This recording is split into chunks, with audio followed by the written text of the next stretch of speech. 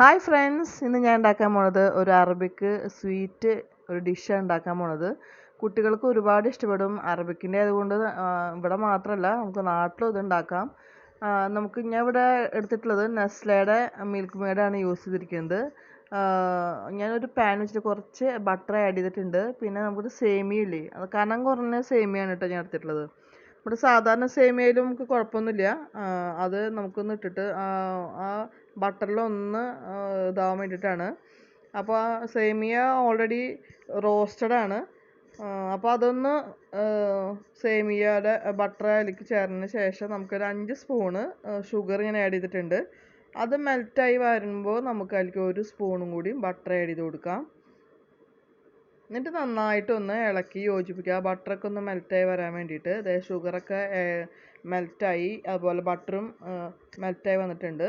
ഇനി നമുക്ക് അതിലേക്ക് മിൽക്ക് മെയ്ഡ് ഒഴിച്ചു കൊടുക്കാം. വളരെ പെട്ടെന്ന് നമുക്ക് ഉണ്ടാക്കിയെടുക്കാം. കുട്ടികൾക്ക് പെട്ടെന്ന് നല്ല ഇഷ്ടപ്പെട്ടൊരു സാധനമാണ്. മിൽക്ക് മെയ്ഡൊക്കെ ഇഷ്ടപ്പെടാത്ത കുട്ടികളുണ്ടോ?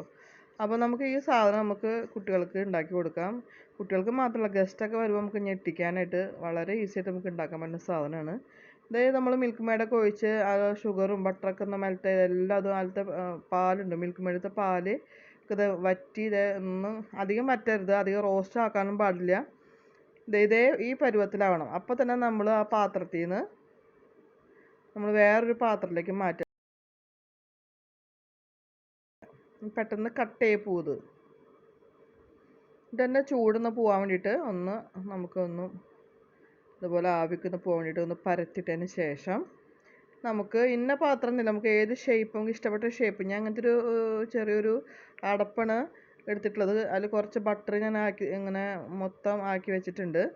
ഇനി നമുക്ക് അതിലേക്ക് ഒരു കാഷ്നട്ട് വെച്ചിട്ട് നമുക്ക് ഒന്ന് അലങ്കരിക്കാൻ വേണ്ടിയിട്ട്, നമുക്ക് ഒരു ഭംഗി കിട്ടാൻ വേണ്ടിയിട്ട് ഇതേപോലെ നമ്മൾ കയ്യിലെടുക്കുമ്പോൾ ഇതേപോലെ ഉരുട്ടാൻ പറ്റുന്ന ഒരു പരുവായിരിക്കണം. അല്ലെങ്കിൽ അത് കട്ടയായി പോവും പെട്ടെന്ന്. നമ്മൾ ചൂടാറാണ് മുമ്പ് നമ്മളിതുപോലെ ആക്കിയെടുക്കണം. അപ്പോൾ അത് ഫ്രീസായി കഴിഞ്ഞാൽ നമുക്കൊന്നും ചെയ്യാൻ പറ്റില്ല.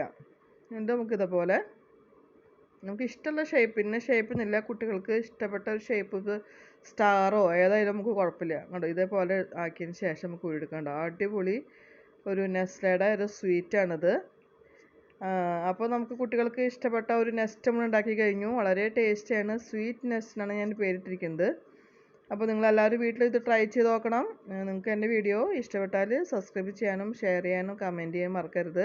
നിങ്ങളുടെ ഫ്രണ്ട്സുകൾക്കൊക്കെ ഇത് ഷെയർ ചെയ്ത് കൊടുക്കണം. കുട്ടികൾക്ക് ഒരുപാട് ഇഷ്ടപ്പെടുന്ന ഒരു വിഭവമാണ് ഈ സ്വീറ്റാണിത്.